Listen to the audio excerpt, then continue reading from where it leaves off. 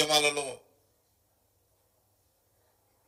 పాల్గొంటూ తెలంగాణ ఉద్యమంలో కూడా టీచర్స్ జేఏసీలో పనిచేసినటువంటి సర్వోత్తమ రెడ్డి గారిని పార్టీ అభ్యర్థిగా నిలపడం జరిగింది. ఈరోజు తెలంగాణ వ్యాప్తంగా సుమారు 80 అసెంబ్లీ నియోజకవర్గాల్లో ఎన్నికలు జరుగుతూ ఉన్నాయి. హైదరాబాదు, మహబూబ్ నగర్ తప్ప మిగతా అన్ని ప్రాంతాలలో ఈ యొక్క ఎమ్మెల్సీ ఎన్నికలు జరుగుతూ ఉన్నాయి. అవి టీచర్స్ కానీ, పట్టభద్రుల నియోజకవర్గం కానీ. ఇది విద్యావంతులు, మేధావులు, విద్యార్థులు, డిగ్రీ పాస్ అయినటువంటి వాళ్ళు, అదేవిధంగా ఉద్యోగస్తులకు సంబంధించినటువంటి ఎన్నిక ఇది. ఎన్నికల్లో ప్రజలు చాలా పెద్ద ఎత్తున, ముఖ్యంగా ఈ ఓటర్స్ ఎవరైతే ఉన్నారో భారతీయ జనతా పార్టీకి అభ్యర్థులకు అండగా నిలబడతా ఉన్నారు. మాకు పూర్తి విశ్వాసం ఉంది. 3 స్థానాలు కూడా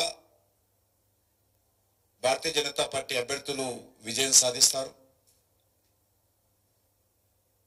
ఎందుకంటే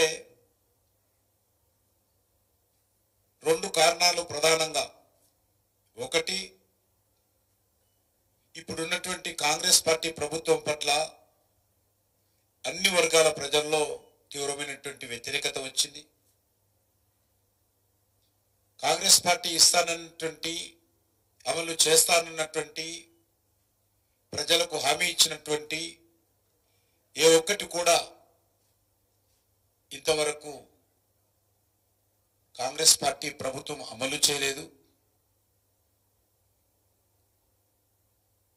ప్రజల్లో తీవ్ర వ్యతిరేకత ఉన్నది. రెండవది, ఉపాధ్యాయుల సమస్యలపైన కానీ, నిరుద్యోగ సమస్యలపైన కానీ చిత్తశుద్ధితో